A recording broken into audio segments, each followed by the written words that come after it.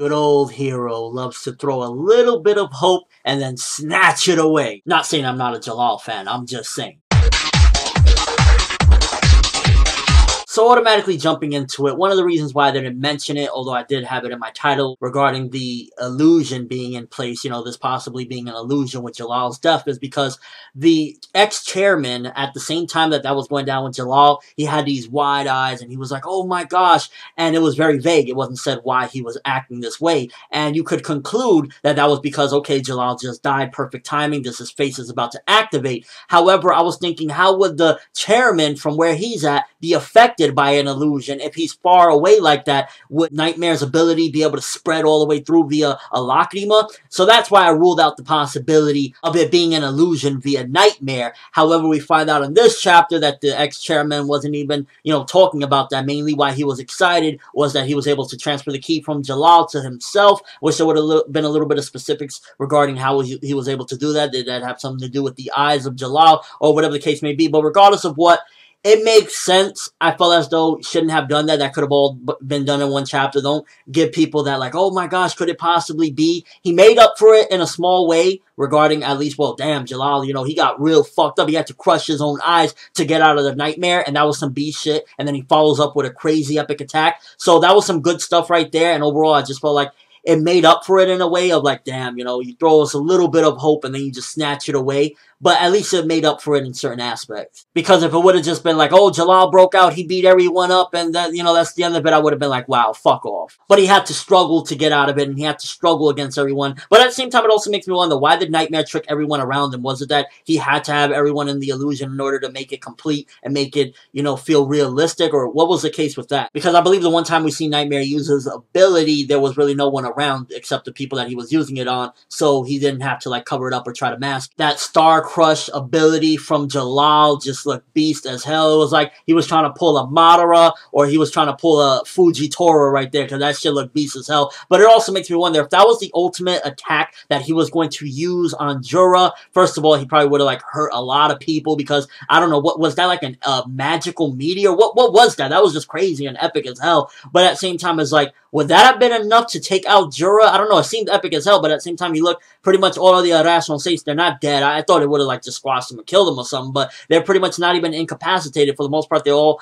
still, conscious and still like listening to him say, join up with me, join my guild, let's do this, let's take down Zerup. So if that wasn't enough to take them all out, or at the very least make them unconscious, would that have been enough to be able to defeat Jura? Food for thought, people. And I'd imagine from here on out, the Oracion Seis is gonna, at the very least, have some sort of loyalty to Jellal. They'll see that he's not trying to imprison them, he's trying to liberate them from their hatred and their anger and good stuff like that. And also, I'm really glad that the whole brain zero shit is like done, and I'm like, oh, thank God that was all just an illusion. On that aspect, I'm like, yeah, get that motherfucker out of here. I'm glad Zero was never revived. He's still brain on the floor there, knocked the fuck out. He might even be dead, I don't know. I doubt, well, he probably won't be dead, but he'll just be there like, just swept under the rug, like, yeah, let's just pretend he never happened, because, like, no, nobody wants Zero, nobody wants Brain. Well, I don't want Zero, and I don't want Brain. I thought that was stupid, and I'm glad, at the very least, out of the entire thing being an illusion, that was the one good thing about it. I'm curious if Jellal is going to actually stay blind for the rest of the series, or if he's going to have somebody heal him up, because it's like,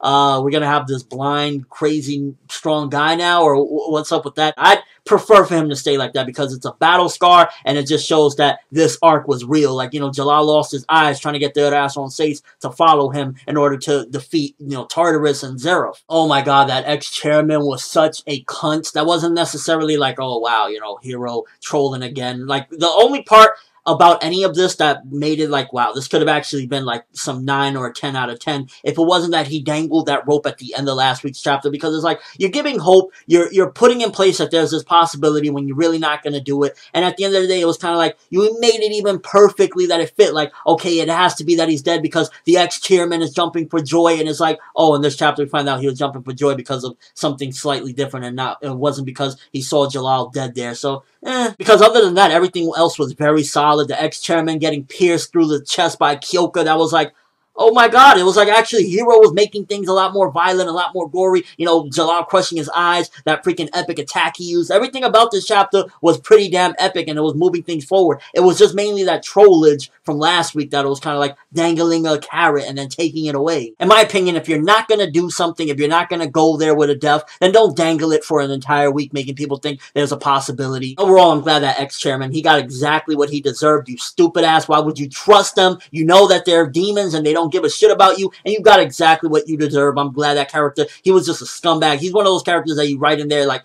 yeah, you make him be hated. You make people hate him, and, you know, another death in there, I'll take it, especially if it's that fucking scumbag. And I'm curious, like, is Face gonna be activating now? How does that work? Is it just gonna automatically just go through? Because with the ending of the chapter, you got Elfman there crying, and like I said, it seems as though he has some sort of possession on him, but at the same time, he still retains some of his personality. So it's kind of like he's doing these things while being possessed, but he's still in there because he's crying there while the Lachrima is getting ready to explode, and, you know, it's gonna take out Fairy Tail. But if Face activates first, and it, you know, just wipes out all the magic around, then the bomb will stop. It won't even go off. So there's that as well. And it'll also kind of add, in a way, like, even if the bomb doesn't go off, it'll add in a way to Elfman. He'll feel like, I was just about to kill Fairy Tail, and I wasn't even going to stop it. I was about to kill all my people for Lisana, and it'll really add to his character development if you think in that particular aspect, assuming that Face will activate prior to the Lachrima blowing up and taking out Fairy Tail. And overall, aside from the trollage from last week, I felt as though this was a very good chapter. It did a lot of interesting things and a lot of movement, as well as it had some epic battles, and just overall, it feels like Hero is slowly taking off the gloves. I wish he would take them off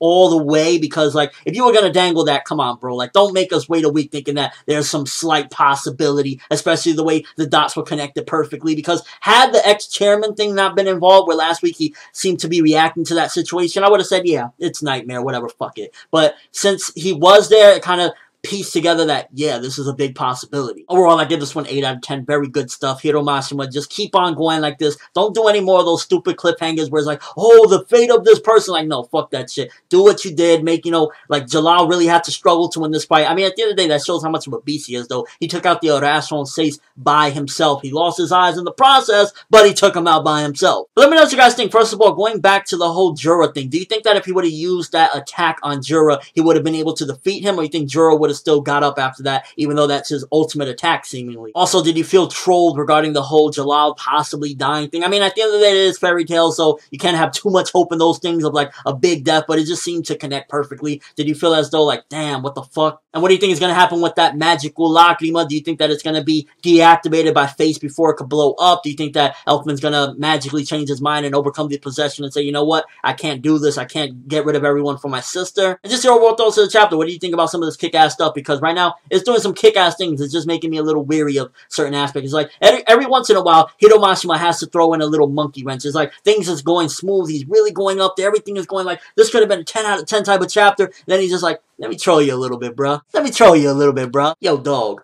I just gotta throw a little troll in there. But that's all I have for this review. Thanks for watching. Hope you enjoyed. Thumbs up if you can't wait to see what the hell is gonna go down with this magical Lachrima bomb. Is it gonna blow up Fairy Tail? At the very least, I don't think it'll really kill anyone. Probably injure a couple people, and probably they won't have their home once again. But do you think that it's gonna be deactivated beforehand, either via Face or Elfman is gonna just decide, no, I can't do this? And just your overall thoughts of the chapter. Did you think it was pretty epic and cool? I thought, at the very least, it gave good progression, and it was just showing, like, things are actually happening. This is actually a serious threat. Freaking Jellal lost his eyes in the process of trying to get some comrades to help out against them. I'm ForneverWorld, and as always, people, have an awesome day.